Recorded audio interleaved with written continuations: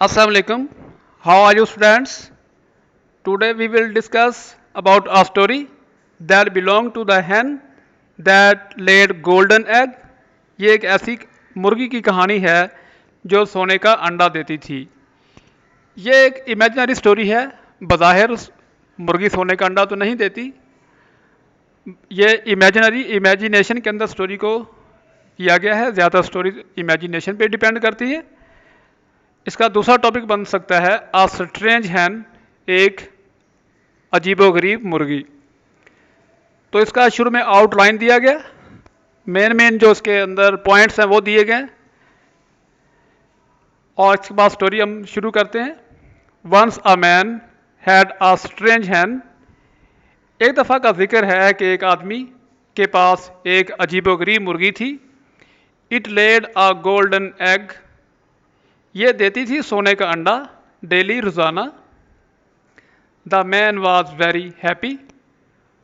आदमी बहुत खुश था। He was very greedy also.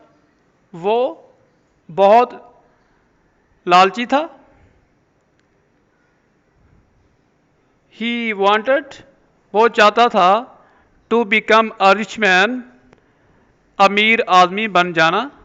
But he was too impatient, लेकिन वो बहुत बेसब्रा था, बेसब्रा था, टू वेट सेवरल मंथ, के वो कई महीने इंतज़ार करता। He decided to kill the hen. उसने फैसला किया उस मुर्गी को मार देने का। इन ऑर्डर टू गेट, हासिल करने के लिए, ऑल द गोल्डन एग्स, तमाम सोने के अंडे। ही किल्ड द हैन, उसने मुर्गी को मार डाला। एंड वॉज बिटरली डिसअपॉइंटेड, और वो शदीद मायूस हुआ, टू नो दैट, ये जानकर, there was only one egg, के सिर्फ एक ही अंडा था। He repented over his folly, वो पछताया। रिपेंट का मतलब पछतावा करना, पछताना। वो पछताया अपनी हमाकत पर, फॉली अपनी हमाकत पर। But it was useless to cry over spilled milk, लेकिन अब पछताए क्या होत जब चिड़ियाँ चुग गई खेत। मॉरल, इसके हम 3 मॉरल दे सकते हैं। A bird in hand is worth two in the Bush.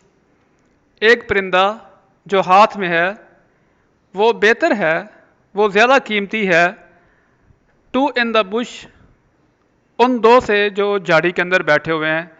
इसको हम कह सकते हैं 9 नकद ना 13 उधार। डोंट बी ग्रीडी, लालची मत बनो। It is no use crying over spilt milk, अब पछताए क्या होत जब चिड़ियाँ चुग गई खेत।